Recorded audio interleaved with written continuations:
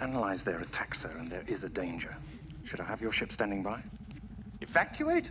In our moment of triumph? I think you overestimate their chances.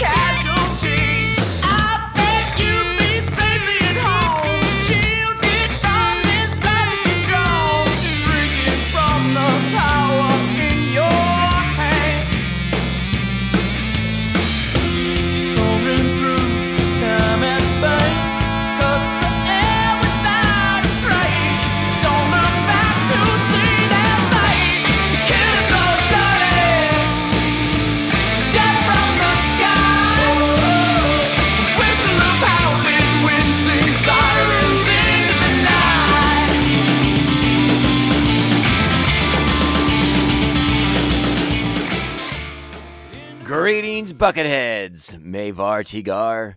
Welcome to another exciting Bantha Tracks bonus episode of the podcast that is known as Mandovision. Nargai Tom, and thank you so much for reconnecting with us, this small independent Star Wars podcast that you have stumbled across, or that you are just a loyal listener of, and we thank you. Remember, we are still on social media. We are on Twitter and Instagram at Mando_Vision on both of those formats. And we still even occasionally post stuff. We're going to get back into that habit soon. Trust me, I promise. You can also email the show, mandovisiontom@gmail.com. Please be sure you're liking, subscribing, sharing, and following the show with all the Mandalorians in your covert. How is everyone doing? Happy belated happy holidays to everyone out there.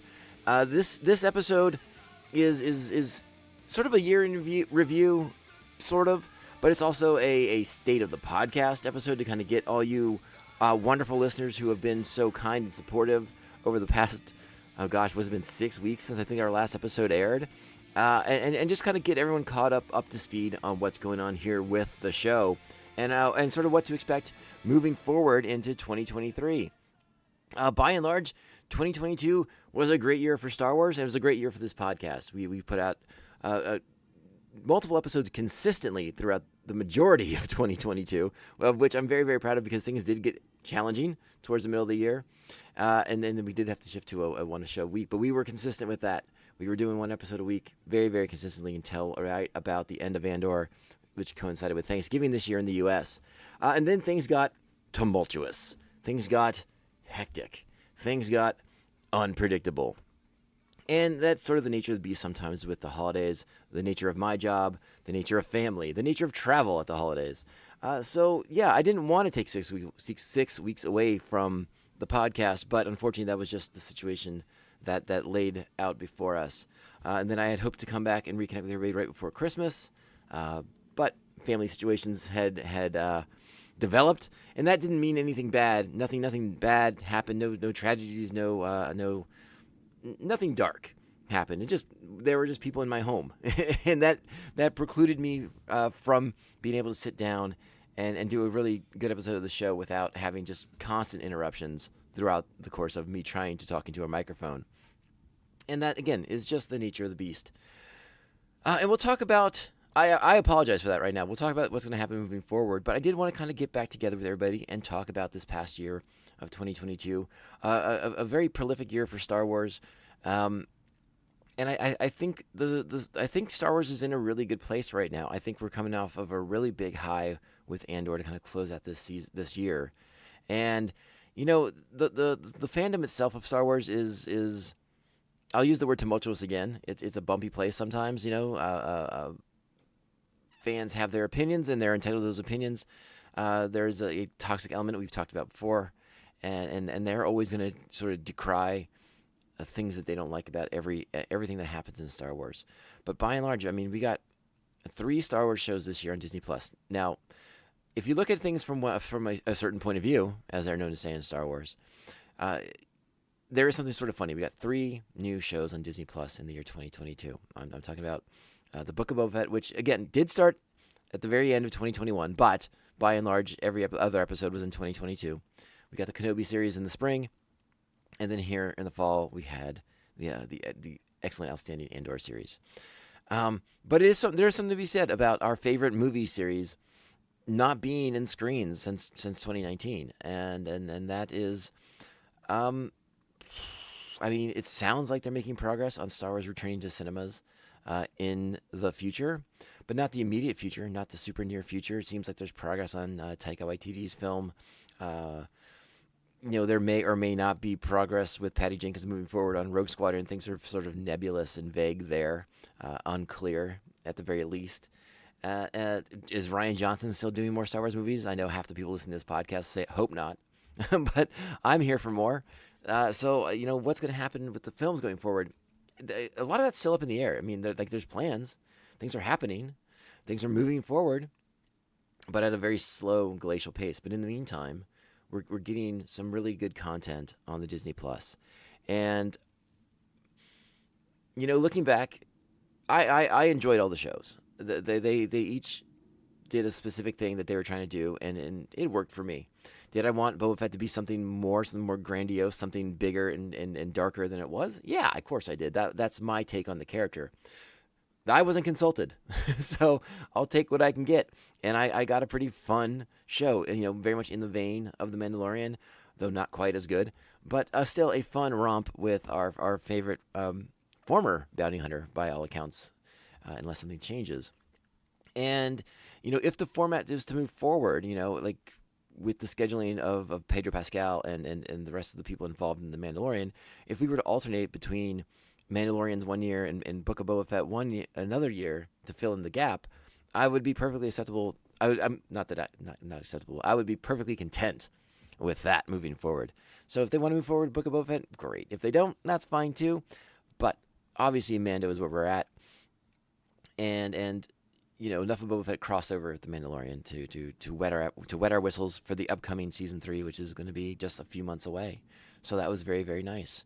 We got the Kenobi series, and the Kenobi series, it had some ups and downs in the beginning. I think it landed where it needed to land, and it got there in sort of a bumpy fashion. But by and large, again, another series that did what it set out to do. I think it weaved its way between the continuity raindrops well enough. I think it settled things well enough and left us in a very, very good place. Doesn't seem like there will be anything more with Kenobi moving forward, but hey, who's to say what they decide to do? Because I think the greatest success of that show was just getting Ewan McGregor back to being Obi-Wan Kenobi and coming out of the process very much having enjoyed it. Not having like the sort of scars that he had after the prequel trilogy came out, and he and that entire cast just got beaten and torn to shreds by the hardcore part of the Star Wars fandom. Now he and Hayden Christensen are sort of basking in the glow of sort of a prequel renaissance that we're in right now, where the kids who grew up with those movies are the ones, fired up to see these characters come back and really excited. And so by and large that worked too. And again, great to see Ewan back. And then we had Andor. And you guys are probably all sick and tired of me gushing about that show, because it was just... that was the itch in the center of my shoulder blades that I just couldn't get to for a couple years, and it scratched. I just scratched the crap out of my back. I did the Baloo, just got up against the tree with Andor, and just took out that itch. It was so good between the shoulder blades. Got there so deep, and I've spent the last 6 weeks thinking about that show overall, and kind of going back and analyzing little elements of it here and there, and pieces of dialogue in episode 3 that play out more in episode 7, and just like kind of connecting some more of the tissue there, seeing how Tony Gilroy and his amazing team of writers really were thoughtful with the construction of that show, and gave us, in my opinion, the best Star Wars show yet. And that's saying a lot, because The Mandalorian hits me in all the heart spots, all my heart feels. But Andor kind of got me in a much more sort of primal way, where I'm just like, ooh, that's the dark stuff that I want to see. I want to get into that and kind of tear the meat off of that bone a little bit more. Explore Star Wars in a very different fashion. So it's been a good year on the TV front. It's been a good year if you're reading the books. the High Republic series is now in its second phase, where they're going back even further in time to tell some stories from before the inciting incidents of the original High Republic story arc. And I haven't started those yet. That's something I've been saving for the first half of next year. So I'm looking forward to kind of getting in my teeth into those. But you also had some books like Brotherhood came out, and you had I forgot the name of it, but the one that sort of, I think it's Shadow of the Sith. That's what I'm thinking of. That sort of connects some of the dots in the sequel era for Star Wars stuff. So I mean, there's a lot for all the different fandoms, all the different elements of the Star Wars fandom out there, and I think we should be very happy with that. There were some great comic books that came out in this past year. The return of Kira as in one of those big arcs. You know, the return of I'll just leave it here. I don't want to say too much in case you haven't gotten to those comics just yet. There have been some really interesting stuff in the Marvel comics, but it's been another really strong year for Star Wars, and we have a lot to really look forward to right off the bat in 2023. Obviously, with the Bad Batch starting, the Mandalorian returning in the spring, it looks like the Ahsoka show should be coming out later in the year, and then of course at some point, probably not this year, but maybe early next year, season 2 of Andor. And that's just some of the stuff, you know. We still got the Acolyte series moving ahead with major casting. The rumors are currently swirling around of Mary Elizabeth Winstead being Hera Syndulla, which would be pretty awesome, and then sort of strangely Star Wars incestuous in a sense, since that is Ewan McGregor's wife. But hey, you know what? It's a family film. It's in many sense Star Wars is all about family. So hey, let's keep it in the family in that regard. A lot to put together. You know, there's been some casting news for the Acolyte. I'm not going to dive into all that right now. I'm not huge on casting news. It's not my favorite thing. Like, show me these people in their parts. That's what I want to see. That's what I want to get my teeth into. So a lot to look forward to in 2023 on the Star Wars front there. And that's not even counting the books and the comics and everything else in the middle. But I this is sort of like the state of the podcast portion of the show. Moving into 2023, things will get back to sort of normal with the podcast. And that is a vow that I solemnly make to you. Like we opened the show with Tarkin on the Death Star. Retreat in our moment of triumph. No. My friends, the podcast is doing great. We're doing good stuff. The show's not going anywhere. This show will not be retreating. In fact, we will be stepping up into the limelight, hopefully even more so in 2023. Things will be a tad rocky for portions of late January into February. There's just some unavoidable things going on that will probably preclude shows for maybe a week here and there. I hope to have alternate content lined up ready to go to plug into those weeks. But our coverage, we will resume coverage of the Bad Batch, all right? We will try to alternate in there coverage to close out Season 5 of Star Wars, The Clone Wars, because I really feel like talking about those final episodes in Season 5 with Darth Maul and Savage and their takeover of Mandalore, I think that's going to factor in a lot with some of the stuff that we're going to talk about or see in Season 3 of The Mandalorian. You know, so I think it's kind of good to go back and I don't know. I don't want to say like rediscover. That's not the right word I'm looking for, but just sort of reconnect ourselves with that material in a sense. Because the Fall of Mandalore does look like it plays a role in the next season of The Mandalorian. So it's going to be fun to get back to that. So in that first portion of the year, before Season 3 of The Mandalorian, we will hopefully have all of Season 2 of The Bad Batch covered and close out Season 5 of Star Wars The Clone Wars. And then we'll roll into our Mandalorian coverage. And then hopefully after that, we'll get a little breather space to kind of get into the lost episodes of Season 6 of Star Wars The Clone Wars, the ones that did the Lost Mission episodes, and then talk about like all the things that didn't happen in that sixth season of Star Wars The Clone Wars. And yeah, I guess we'll have to do Season 7 at some point, but that's not quite on the books just yet because we got to see where the back half of the Star Wars calendar kind of lines up. So I wanted to thank everyone for their support, for their patience. It really does mean a lot to me, the people that did reach out and make just kind of touch base, like, hey, is everything going on? There hasn't been a podcast in a while. Because I've been sort of radio silent about the whole thing until last week when I thought I was going to get a show recorded before Christmas, and it just didn't happen. So everyone who took the time to touch base and make sure the show was still around and that I was doing okay, I truly, truly appreciate that. Thank you so, so much. It meant the world to me to hear from everybody. But yes, the show is good. The show is moving forward. We will be just as strong in 2023 as we were in 2022 and 2021.